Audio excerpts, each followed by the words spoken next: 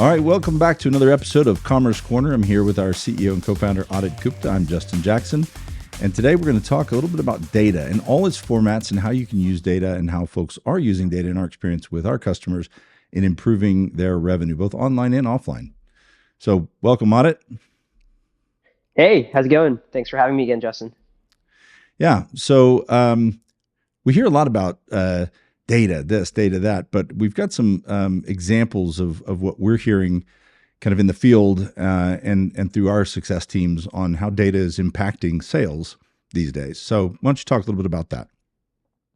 Yeah, I mean, where to start? Let's start from the supply chain side. We're partnered with brands like Hormark, and we get to kind of hear a lot about how wholesaler suppliers are thinking about what's the right product to get into the store. And so we've observed, technologies that allow you to get deeper into the demographic of who's actually walking into the store, what is their demographic, what aisles are they going into, and so therefore, how do you place the product optimal for the people that are going in those aisles? For instance, you wouldn't want to place something that's accessible by sort of people that can't bend down really towards the bottom of the shelf. So that's really getting into the weeds of data, and that's how supply chain folks are using it. I'm sure there's 1,000 other ways that it's being used, but I heard about that a couple of weeks ago. Thought that was really interesting. Yeah, I think when we were at Outlook out in California a few weeks ago, or gosh, maybe over a month ago now, saw an interesting presentation from in-store AI talking about how they recorded interactions at the counter between the store associate and customer, and everything from compliance approach, which, how are they approaching and presenting the loyalty programs, which is another big trend that we're seeing these days, to safety. How are customers interacting with the store associates, and can they automatically detect a potential risk of safety to broken things? So the receipt printer is down on pump number one, kind of a thing. So everything from audio recording and the insights that are near instant there to video of customers in the store is all about generating new levels of data with which, the smartest business folks out there, the retailers, are using that to say, here's how I'm going to change my business. And as we've learned in convenience and discussed in previous episodes, constant iteration is a key in this world.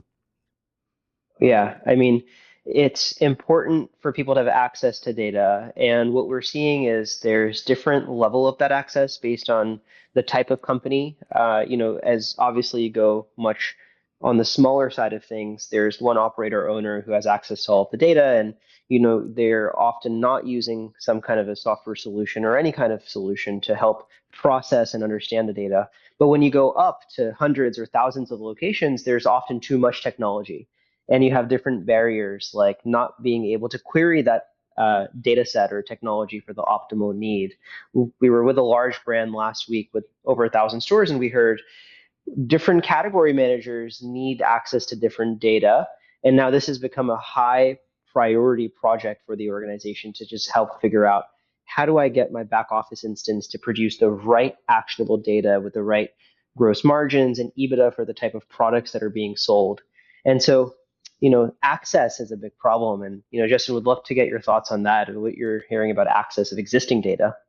Yeah, access to data starts with kind of the standards whereby the data is collected and transmitted and stored, et cetera. And I think, one of the things we're excited about is we've recently joined the Food Service Committee of Connexus, where we can talk about standards in online e-commerce and delivery, everything from the APIs to the naming conventions and the way data is transmitted and stored. And so once you have that kind of set, then it becomes about the systems that it's present in and how you can reach and access those systems.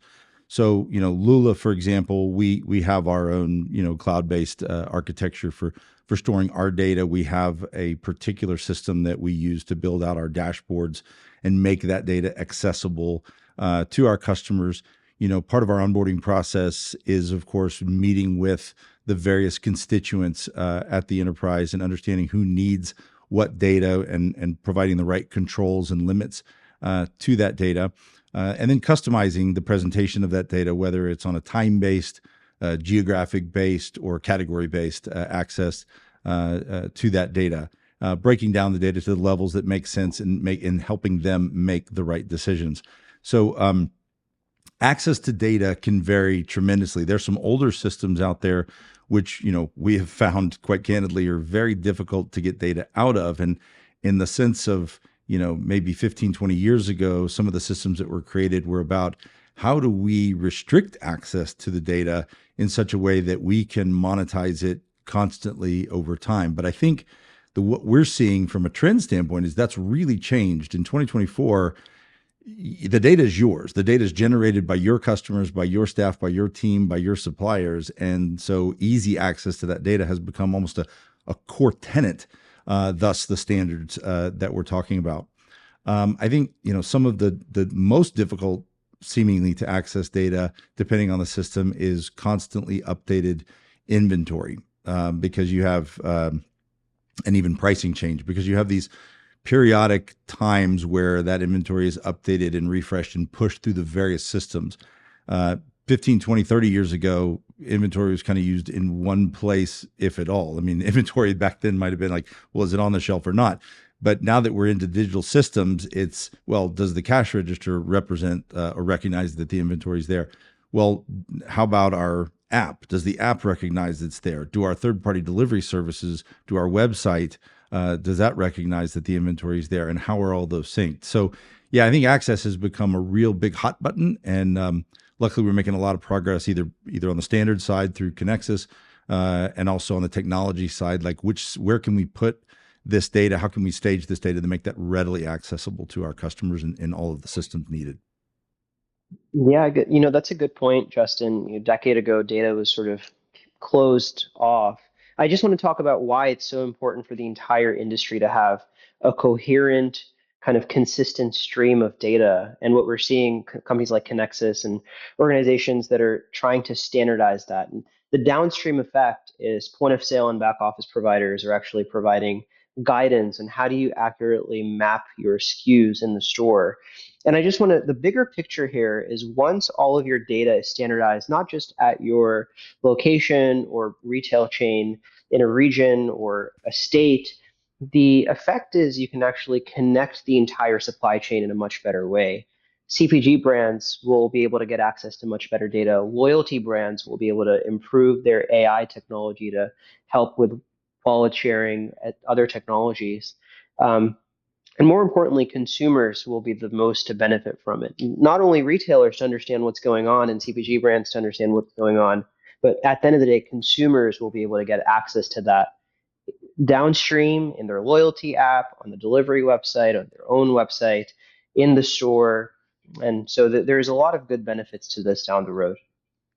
Yeah, and speaking of consumers, reviews and ratings and that sort of thing has become, critical and really enabled by the significant growth in digital. I mean, it's really hard, though not impossible, to review a particular item, if you're purchasing it physically, walking out with it, getting in your car and going something. It's hard. You can review it online somewhere. Sometimes you can fill out a comment card in the old days. But nowadays, with digital being so prevalent, it's very easy. And in fact, most of the platforms whereby you would sell, and certainly all of the major delivery marketplaces, the third party marketplaces that we work with, will actually solicit and say, was this to your expectation? How did you like it? And kind of gather ratings. And I think it's interesting how some of our customers are using those prompts as quick ways to connect with customers. I think you mentioned a few in one of our conversations the other day. Why don't you share a little bit more about how we're seeing, and on many cases, on behalf of our retailers, taking action on some of that data? Yeah, we have this really wonderful larger brand out in the West Coast, and it is just amazing to see the type of actionability they've ingrained in their DNA. Just as an example, as reviews come in, not only from the consumers, but drivers of the delivery experience, they're able to help kind of shape that for future orders. For instance, they are really on top of whether someone had a 5-star review, 4-star, even a 1-star. They will, this is something that we help them actually execute is if there's a negative review, really understanding the sentiment using AI of why was that a bad review and what can we do to help the shopper actually earn that trust back. On the other hand, oftentimes you'll have in smaller communities, one or two or three pick and pack couriers that just won't provide the best experience. And we've been able to actually help make sure those specific couriers do not help facilitate the delivery experience of those brands, because brands want to keep their user experience really high. And the data implication there is you can actually track, do you have repeat third party users? And this is something that's really hard to do kind of organically if you're doing delivery on your own, but our platform shows this from a rating and trends perspective. And the effect of all of this action is you see that trend line go higher over time. Third party customers over time are shopping again and again, and then you can actually do some mechanism to help them come into the store or shop through 1P or convert them better. Yep, just meeting your customers, recognizing your customers, and then accepting and learning and listening to all of those signals is only going to get more important as time goes on, as digital becomes more prevalent. And as much as we're seeing it today, we're just scratching the surface on what digital can do for our retailers and for their customers in turn, as we grow in this space. Fascinating the different uses just today, and also equally what's coming in the near term. I don't know what else. Anything else you can share about data and unique customer uses these days? Sure. I mean, from a data actionability perspective, I just want to go down in the weed of operations. I think something that's hard to do in the store, but something that you can do online is influencing every single experience. Brands like In-Store AI can help you standardize your customer experience from the cash register, but it's hard to do at scale. And so one of the benefits of digital transactions is you can actually, with our software, track, were there orders where people actually clicked on a tablet or actually you clicked X amount of buttons to make sure that was a good experience? Did they substitute items? Did they make sure to call the customer in the case that there was a item that was out of stock? All of these small occasions or interactions actually transition into better coaching moments. And what we're seeing some of the best brands do is use data to turn into better coaching and training experiences. Much more personalized. When you have a fleet of 500,000, 5,000 locations, it's really hard to standardize your customer experience. And so that's just an example of something we've been seeing over the last few months, how the best brands are actually actioning the data coming through our digital commerce platform. Yeah, those are some of my favorite conversations with the customers that, from an operational standpoint, we can look at how quickly are they picking and packing and committing the order to ready for delivery, and then the accuracy of the pick and pack exercise. From an operations standpoint, it makes all the difference in the world. And I know I've said it before, but these third parties, great for customer acquisition. They do a heck of a job getting new customers through the door. 80 to 82, 83%, depending on the survey, unique, incremental business customers revenue, but they view these customers as their own. And so they look as hard or harder at that data around operational excellence as you do, and they take action on it. So they use that data as well from a third party standpoint to decide which store am I going to recommend to this customer. This retailer, or sorry, this customer opens their app. Here's what I'm looking for. Who's first in that list? And a lot of that comes down to that data, which we certainly make readily accessible to our customers. So love the retailers that take that seriously, and like ours do, jump in, learn, take action on that data, and improve operations, like you said, from a training standpoint.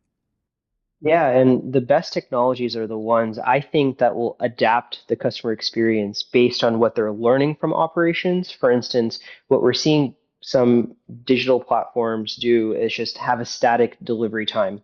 It'll be ready in 14 minutes or 10 minutes. What the DSPs, digital service providers, have done really well is understand how long it actually takes in the store to pick and pack a pizza and some other delicious sandwich, along with some uh, prepared foods and salty snacks, beverages, etc.